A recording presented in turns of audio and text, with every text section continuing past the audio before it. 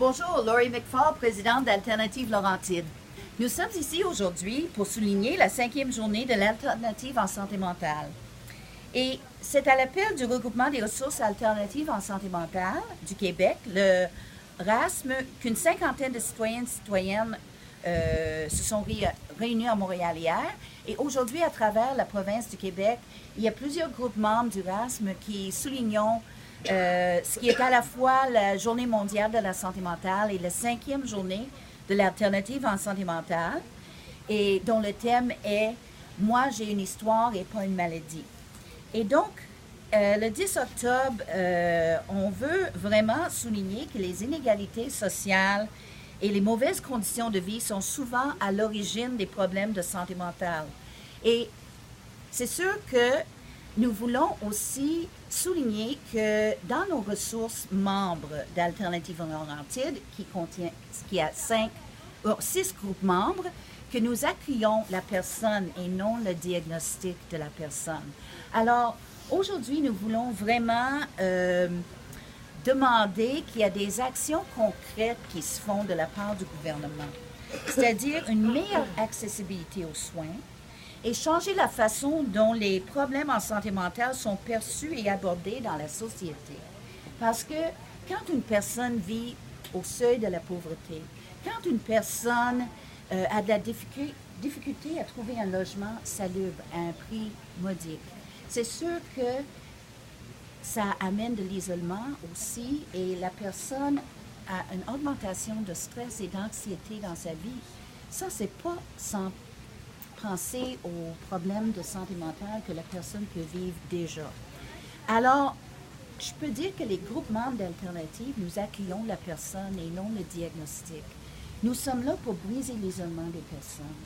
Et c'est ça, nous sommes souvent le dernier lien social, parce que, comme vous savez, de nos jours, le tissu social est tellement fragilisé que c'est les groupes communautaires et les groupes d'entraide qui vraiment sont là pour l'accueil. Nous accueillons la souffrance.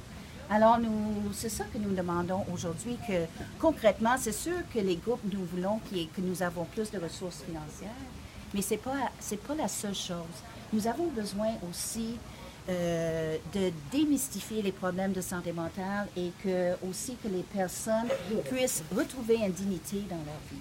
Alors, aujourd'hui, je suis accompagnée de 2 représentantes du collectif des personnes, le collectif des Laurentides en santé mentale, Nathalie Lacroix, vice-présidente, et Lucie Fortin, secrétaire. Et je passe la parole à Lucie. Oui, bonjour. On fait partie du collectif des Laurentides en santé mentale, des personnes par et pour. Ça veut dire des personnes qui ont déjà eu des problèmes émotionnels ou en santé mentale ou qui en ont. Et puis notre collectif, il existe dans les Laurentides au complet, là, de Saint-Jérôme jusqu'à Mont-Laurier. Et puis ça fait 10 ans qu'on existe. Et dans notre regroupement, on fait valoir les besoins des personnes comme contre l'isolement, contre le logement, la pauvreté, la lutte de la pauvreté. Puis c'est pour les besoins de la personne. Puis les personnes apprennent à s'affirmer.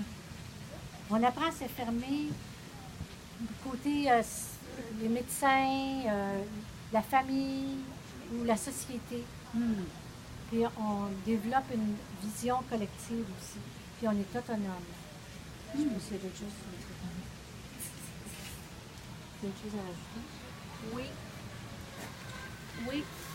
Moi, je veux juste vous dire que le collectif des Laurentides en santé mentale, c'est un regroupement par et pour. Et nous sommes marrainés par l'organisme Droits et recours. Et nous sommes fiers d'être autonomes, et c'est un organisme régional de WCAT. Et WCAT, c'est régional, et nous sommes fiers, et nous fait 10 ans que nous existons.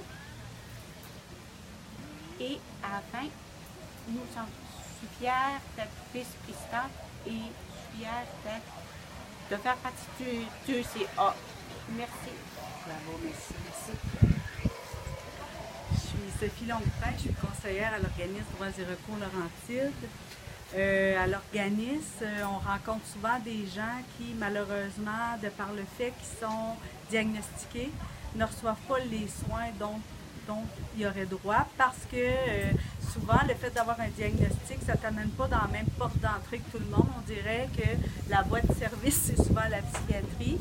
Fait que dans le fond, au lieu de recevoir des services de santé physique, des fois, ils sont envoyés en psychiatrie. Donc, ça fait des gens, des fois, qui ont des problèmes de santé qui tardent, qui augmentent. Les gens se détériorent parce qu'ils n'ont pas été traités de la même façon que tout le monde. Ce qu'on voit aussi, c'est toute la question de la stigmatisation, dans le sens que des gens qui sont déclarés inaptes, mais qui ne le sont pas en réel, là, qui sont pas, il n'y a pas de médecin qui a déclaré une inaptitude, personne n'a parlé d'inaptitude, mais parce qu'il y a un problème de santé mentale, on va dire, bien, cette personne-là n'est pas en mesure de dire ce qu'elle veut, elle n'est pas en mesure de nommer ses affaires parce qu'elle souffre de telle ou telle maladie. Fait que constamment, on doit se battre contre les préjugés qui persistent autant dans le milieu de la santé que dans la société pour faire reconnaître finalement les droits des personnes, que c'est pas parce qu'on souffre d'un problème de santé mentale qu'on est une moitié de citoyen ou qu'on a moins de droits que les autres.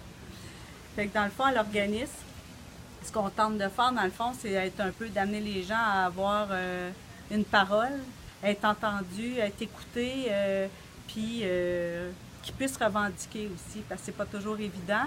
Ils ont souvent des fois la crainte de représailles. Fait qu'on est là aussi pour servir un peu de support, hein, pour permettre à des gens de pouvoir revendiquer parce que c'est dans leur droit. C'est un petit peu